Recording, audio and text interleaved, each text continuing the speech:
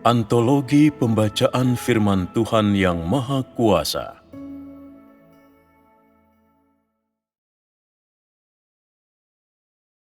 Tuhan itu sendiri, Tuhan yang unik. 7. Tuhan adalah sumber kehidupan bagi segala sesuatu. 1. Sekali lagi, aku akan menggunakan metode bercerita kepada engkau sekalian.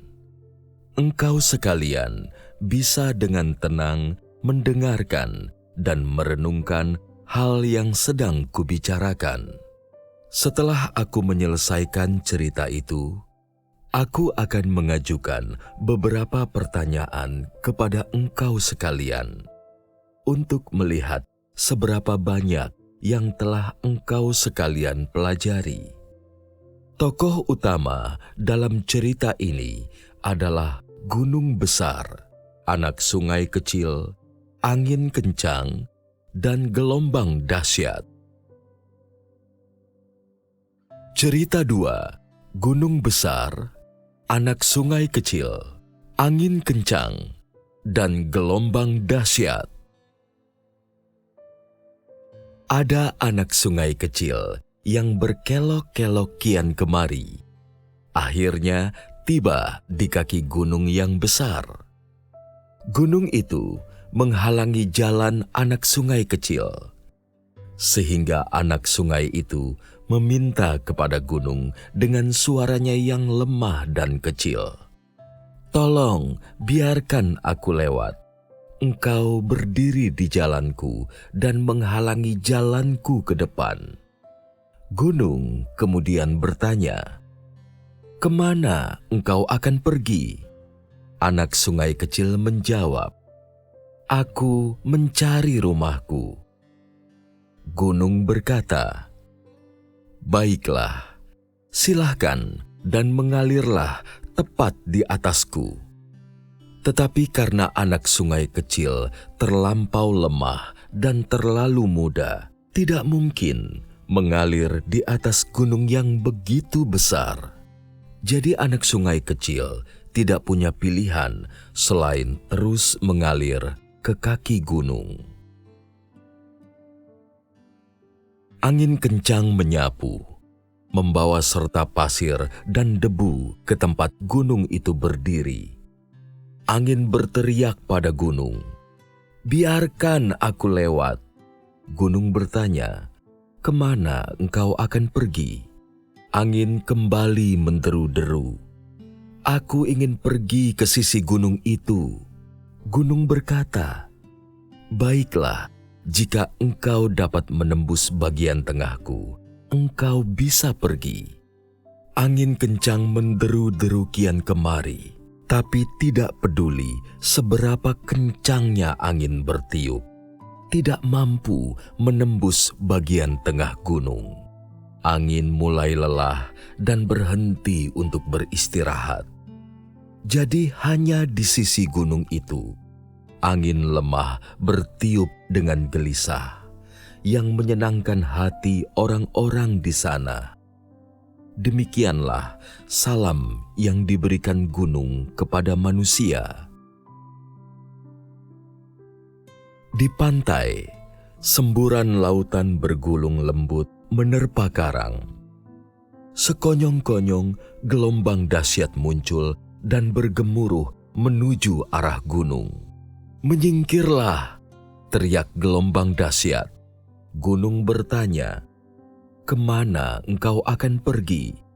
Gelombang dahsyat tidak berhenti dan terus melonjak saat menjawab, "Aku sedang memperluas wilayahku dan ingin meregangkan tanganku sedikit."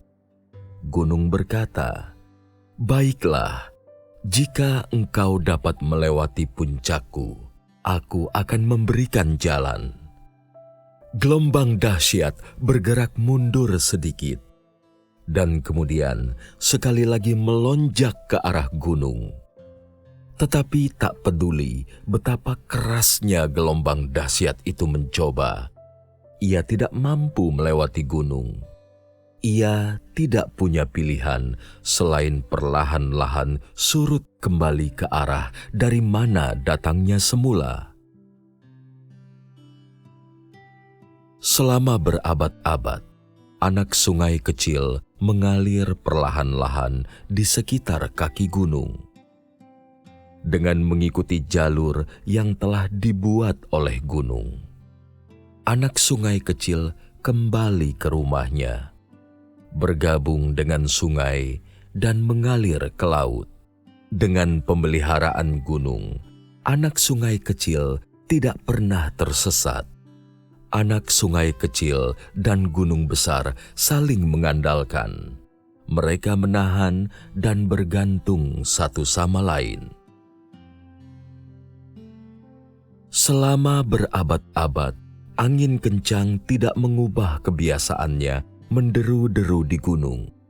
Angin kencang mengembuskan putaran besar pasir ketika mengunjungi gunung seperti sebelumnya. Ia mengancam gunung, tetapi tidak pernah menembus bagian tengah gunung. Angin kencang dan gunung besar saling mengandalkan. Mereka saling menahan dan bergantung satu sama lain.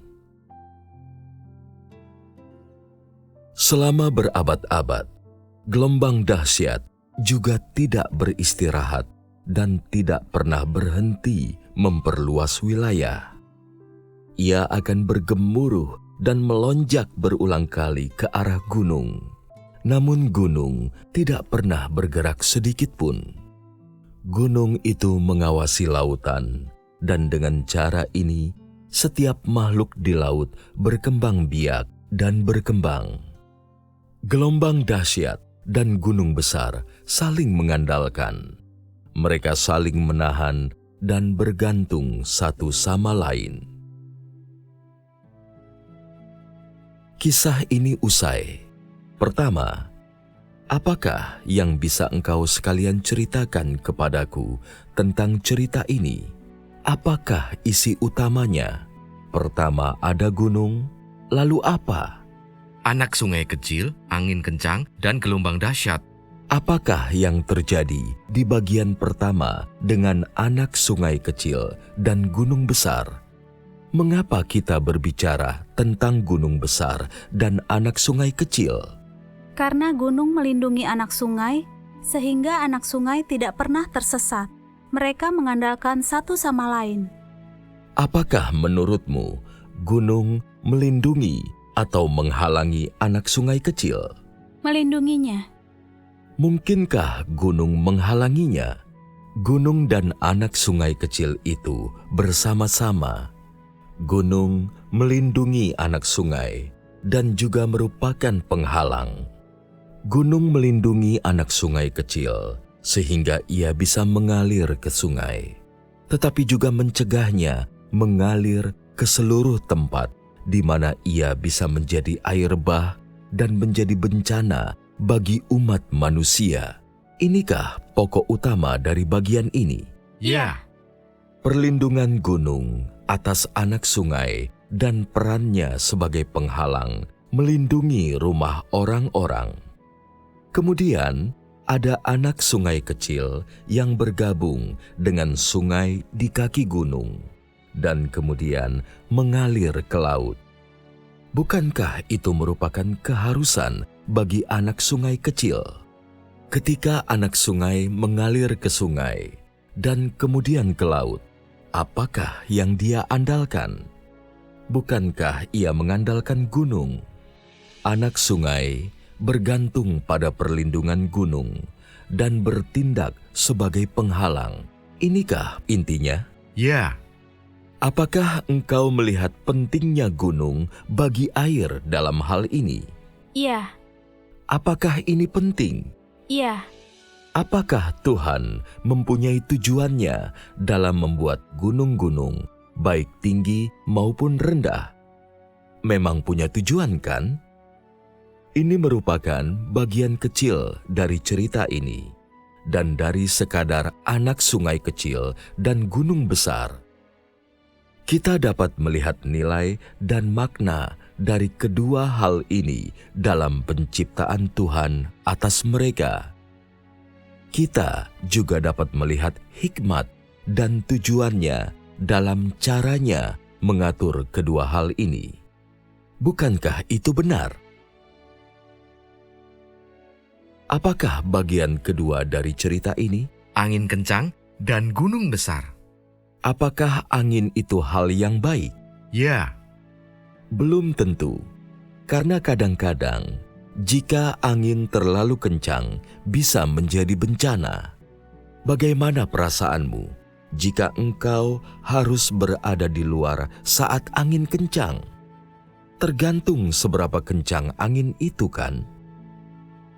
Jika angin itu sepoi-sepoi, atau jika angin itu berada di level 3-4, tentu masih bisa diterima. Paling tidak, orang hanya akan kesulitan membuka mata mereka. Tetapi bisakah engkau mengatasinya jika angin bertiup cukup kuat hingga menjadi tornado? Engkau tidak akan sanggup menerimanya.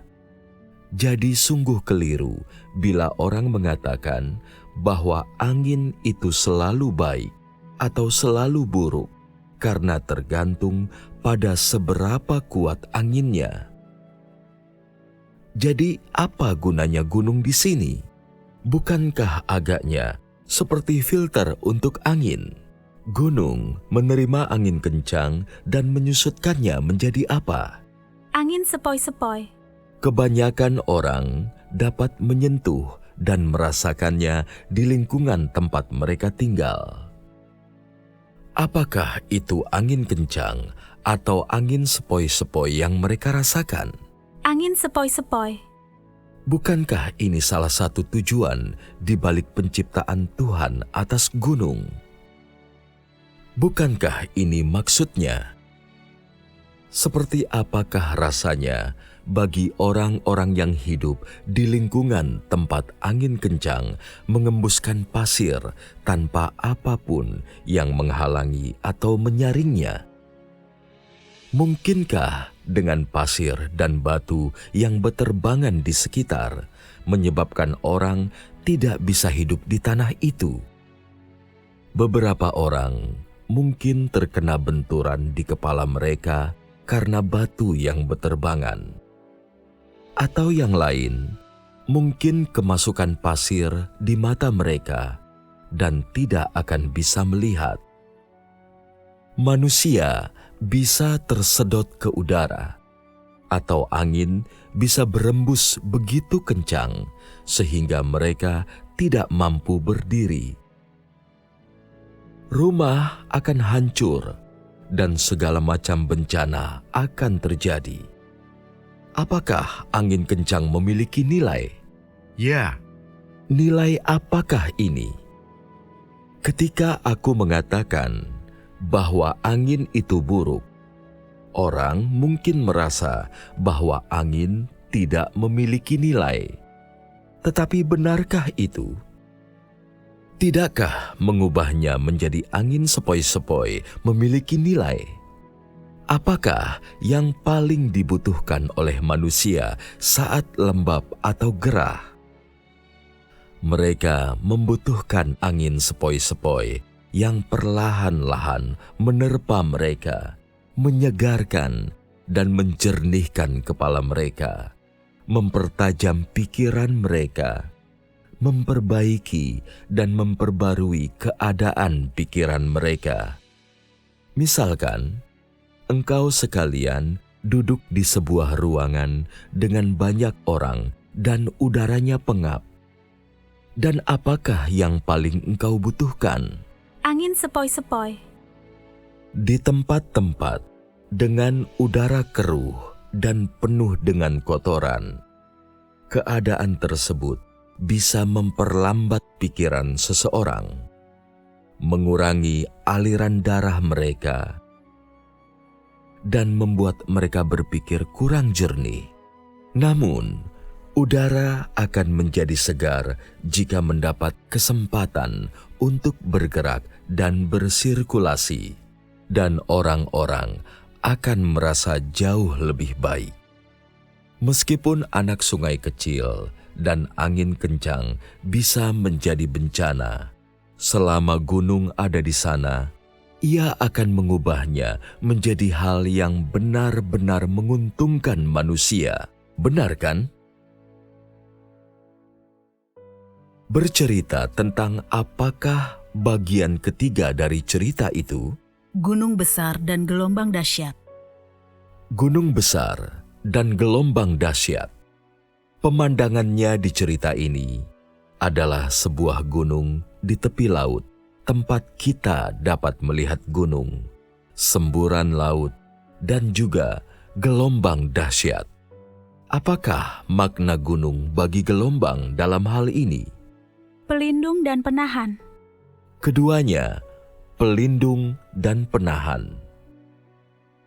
Tujuan melindunginya adalah untuk menjaga agar bagian laut ini tidak lenyap, sehingga makhluk-makhluk yang hidup di dalamnya dapat berkembang. Sebagai penahan, gunung menjaga air laut. Kumpulan air ini agar tidak meluap dan menyebabkan bencana yang akan membahayakan dan menghancurkan rumah-rumah orang. Jadi dapat dikatakan bahwa gunung adalah keduanya, sebagai penahan dan pelindung. Ini menunjukkan makna dari saling ketergantungan antara gunung dan anak sungai, gunung dan angin kencang, serta gunung dan gelombang dahsyat, dan bagaimana keduanya saling menahan dan bergantung satu sama lain, sebagaimana yang telah kubicarakan. Ada aturan dan hukum yang memerintah kelangsungan hidup dari segala hal yang diciptakan Tuhan. Dapatkah engkau melihat hal yang Tuhan lakukan dari apa yang terjadi di dalam cerita itu?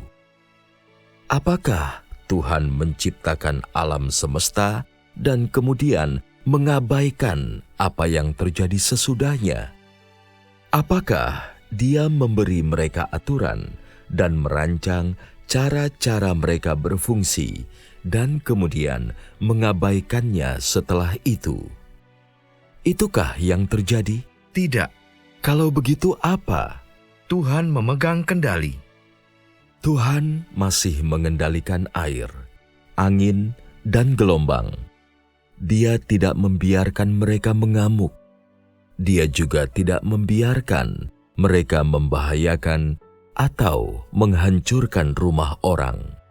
Dan karena ini, orang-orang dapat terus hidup dan berkembang di tanah ini.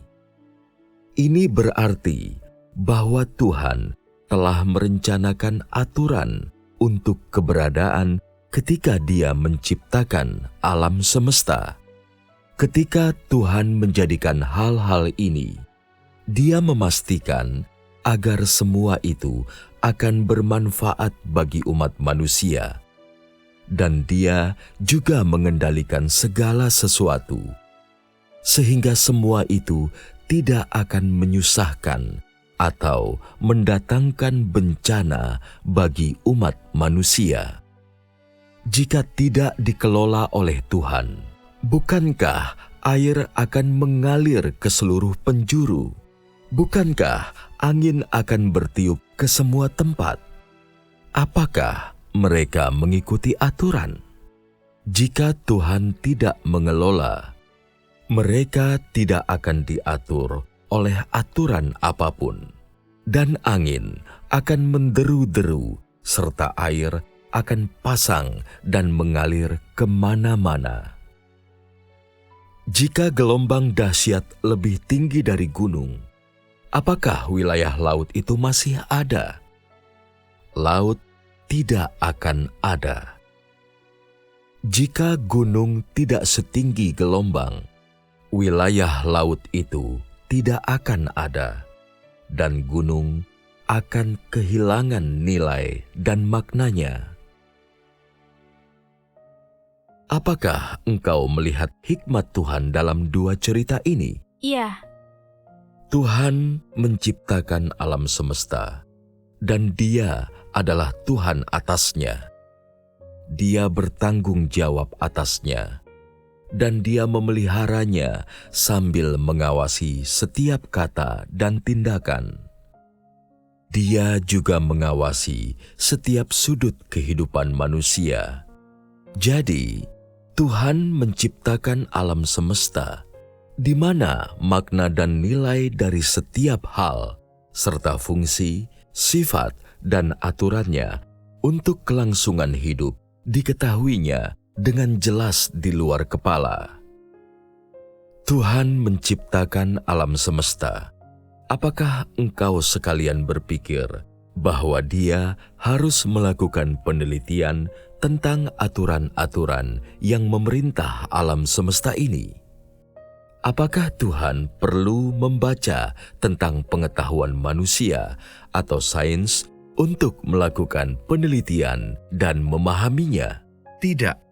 Adakah di antara umat manusia yang memiliki pengetahuan luas dan cukup banyak hikmat untuk memahami semua hal seperti yang Tuhan lakukan? Tidak ada. Benar kan?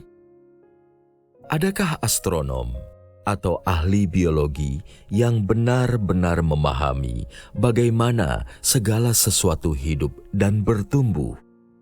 Bisakah mereka benar-benar memahami nilai dari keberadaan setiap hal? tidak bisa. Mengapa demikian? Segala sesuatu diciptakan oleh Tuhan, dan tidak peduli seberapa banyak dan mendalamnya umat manusia mempelajari pengetahuan ini, atau berapa lama mereka berusaha keras mempelajarinya. Mereka tidak akan pernah dapat menyelami misteri dan tujuan penciptaan Tuhan atas segala sesuatu. Benar kan? Iya, Setelah berdiskusi sejauh ini, apakah engkau merasa bahwa engkau sekalian memiliki sebagian pemahaman dari konotasi frasa Tuhan adalah sumber kehidupan atas segala sesuatu? iya. Aku tahu, ketika aku membahas topik ini, banyak orang akan segera berpikir tentang bagaimana Tuhan itu adalah kebenaran dan bagaimana firman-Nya memelihara kita. Tetapi mereka hanya akan memikirkannya pada tingkatan ini. Beberapa orang bahkan merasa bahwa dalam hal Tuhan memelihara kehidupan manusia, menyediakan makanan dan minuman sehari-hari, dan segala kebutuhan sehari-hari tidak terhitung sebagai pemeliharaan atas manusia. Bukankah beberapa orang merasa seperti ini?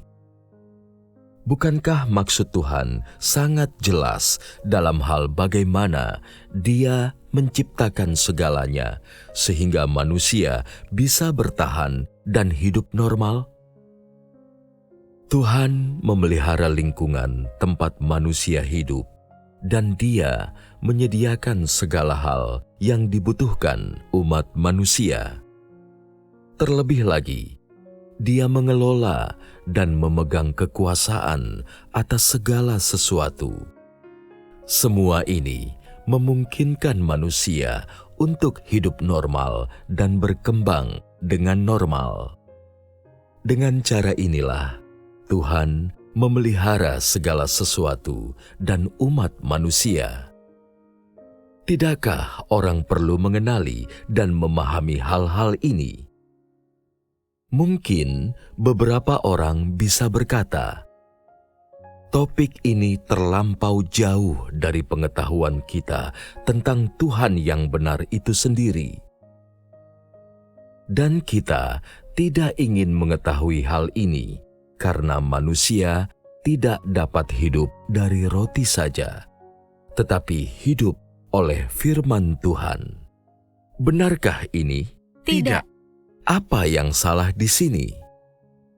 Dapatkah engkau memiliki pemahaman yang lengkap tentang Tuhan jika engkau hanya mengetahui hal-hal yang Tuhan katakan? Jika engkau hanya menerima pekerjaannya serta penghakiman dan hajarannya, akankah engkau memiliki pemahaman yang lengkap tentang Tuhan? Jika engkau hanya tahu sebagian kecil dari watak Tuhan, sebagian kecil dari otoritas Tuhan, itu cukup untuk mencapai pemahaman tentang Tuhan, bukan? Tidak. Tindakan Tuhan dimulai dengan penciptaannya atas alam semesta dan terus berlanjut hingga masa sekarang, di mana tindakannya nyata sepanjang waktu dan setiap saat. Jika orang percaya bahwa Tuhan itu ada hanya karena pekerjaannya atas beberapa orang yang dipilih demi menyelamatkan orang-orang itu, dan jika mereka percaya bahwa hal-hal lain tidak melibatkan Tuhan, otoritas, status, dan tindakannya, dapatkah itu dianggap benar-benar mengenal Tuhan? Orang yang memiliki apa yang disebut pengetahuan akan Tuhan, yang didasarkan pada pandangan sepihak bahwa Tuhan itu terbatas hanya pada sekelompok orang. Apakah ini pengetahuan sejati tentang Tuhan? Bukankah orang-orang dengan pengetahuan akan Tuhan semacam ini menyangkal penciptaannya atas segala sesuatu dan kekuasaannya atas semua hal tersebut? Beberapa orang tidak ingin mengakui ini, dan mereka mungkin berpikir sendiri, "Aku tidak melihat kekuasaan Tuhan atas segala sesuatu." Menurutku, itu adalah sesuatu yang terlampau jauh, dan aku tidak ingin memahaminya. Tuhan melakukan apapun yang Dia inginkan, dan itu tidak ada hubungannya denganku. Aku hanya peduli pada diriku sendiri dengan menerima pimpinan Tuhan dan firman-Nya, dan aku akan disempurnakan serta diselamatkan oleh Tuhan. Aku hanya akan memperhatikan hal-hal ini, tetapi tidak akan mencoba memahami hal lain atau merenungkannya. Apapun aturan yang Tuhan buat ketika Dia menciptakan segala sesuatu, atau apapun yang Tuhan lakukan untuk memelihara semua itu, dan manusia tidak ada hubungannya denganku. Perkataan macam apakah ini? Bukankah ini benar-benar tercela? Adakah di antara engkau sekalian yang berpikir seperti ini? Aku tahu ada sebagian besar orang yang berpikir seperti ini, bahkan jika engkau sekalian tidak akan mengatakannya. Jenis orang ini yang mengikuti aturan dapat menggunakan sudut pandang rohani mereka sendiri dalam cara mereka memandang segala sesuatunya. Mereka ingin membatasi Tuhan pada Alkitab, membatasi Tuhan dengan firman yang telah Dia sampaikan, dan membatasi Tuhan hanya pada kata yang tertulis secara harfiah. Mereka tidak ingin tahu lebih banyak tentang Tuhan, dan mereka tidak ingin Tuhan menaruh perhatian lebih besar dalam melakukan hal-hal lain. Pemikiran seperti ini kekanak-kanakan dan sangat agamawi. Dapatkah orang-orang yang memiliki pandangan ini mengenal Tuhan? Mereka akan kesulitan mengenal Tuhan. Sekarang, aku telah menceritakan dua cerita ini dan berbicara tentang dua aspek ini. Setelah mendengarnya dan baru saja bersinggungan dengannya, engkau sekalian mungkin merasa bahwa cerita ini begitu mendalam atau bahkan sedikit abstrak dan sulit dipahami dan dimengerti. Mungkin sulit untuk menghubungkannya dengan tindakan Tuhan dan Tuhan sendiri. Namun, semua tindakan Tuhan dan semua yang telah Dia lakukan di antara segala sesuatu dan di antara seluruh umat manusia harus secara jelas dan akurat diketahui oleh masing-masing orang dan oleh setiap orang yang berusaha mengenal Tuhan. Pengetahuan ini akan memberi engkau penegasan dan iman pada keberadaan Tuhan yang sejati. Hal ini juga akan memberi engkau pengetahuan akurat tentang hikmat Tuhan, kuasa-Nya, dan bagaimana Dia memelihara segala sesuatu. Pengetahuan ini akan memungkinkan engkau secara jelas memahami keberadaan Tuhan yang sejati dan melihat bahwa hal itu tidak fiktif dan bukan mitos.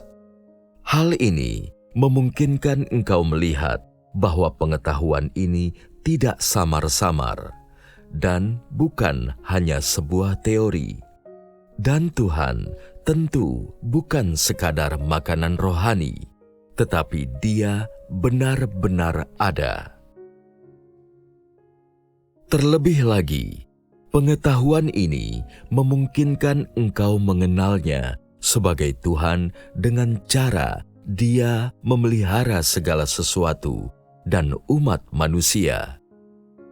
Dia melakukan hal ini dengan caranya sendiri dan sesuai dengan ritmenya sendiri. Jadi, seseorang dapat mengatakan bahwa karena Tuhan menciptakan segala sesuatu dan Dia memberi mereka aturan, maka dengan perintahnya mereka masing-masing melaksanakan tugas yang diberikan, memenuhi tanggung jawab mereka, dan memainkan peran yang diberikan kepada mereka masing-masing.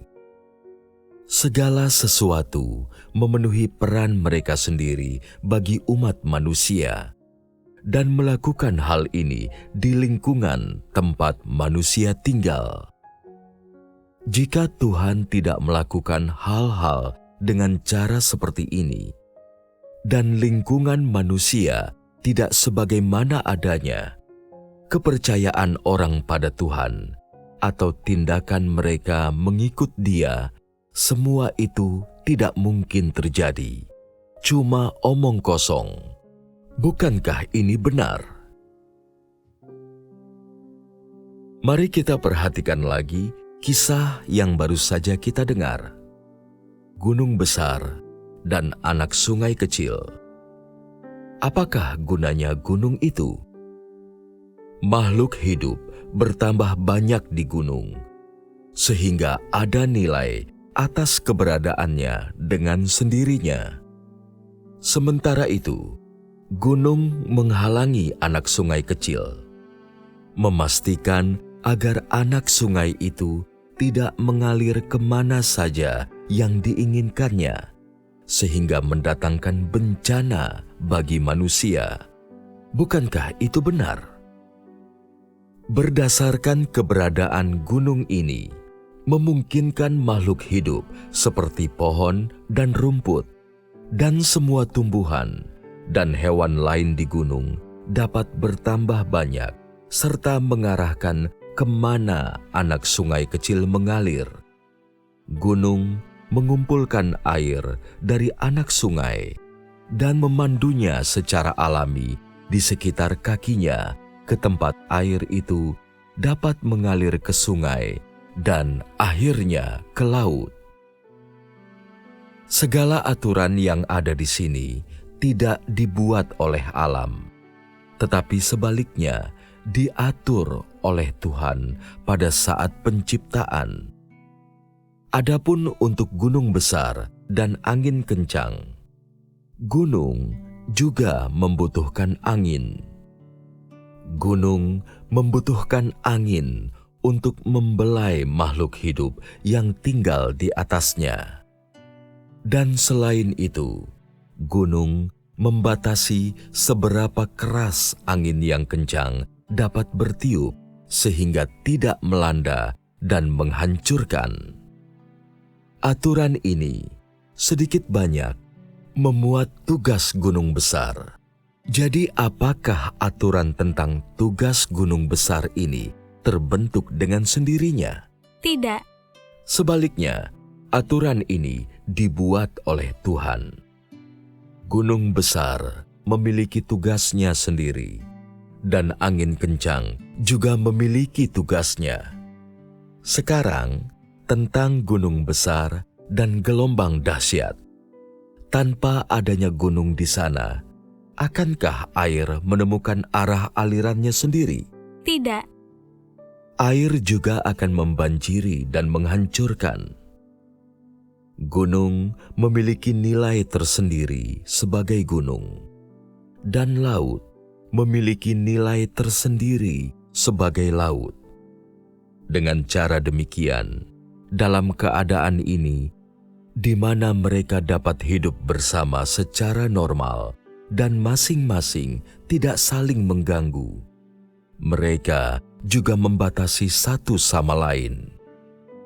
Gunung besar membatasi laut sehingga tidak membanjiri, dan dengan demikian melindungi rumah orang-orang, dan juga memungkinkan laut memelihara makhluk hidup yang tinggal di dalamnya. Apakah bentang darat ini terbentuk dengan sendirinya? Tidak.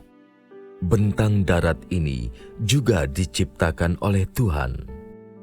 Dari gambaran-gambaran ini, kita melihat bahwa ketika Tuhan menciptakan alam semesta, Dia telah menentukan sebelumnya di mana gunung akan berdiri, kemana anak sungai akan mengalir, dari arah mana angin kencang akan mulai bertiup, dan kemana perginya, serta seberapa tingginya gelombang dahsyat. Maksud dan tujuan Tuhan dilaksanakan dalam semua hal ini, dan semuanya adalah perbuatannya. Sekarang, dapatkah engkau melihat bahwa perbuatan Tuhan hadir dalam segala hal? Ya.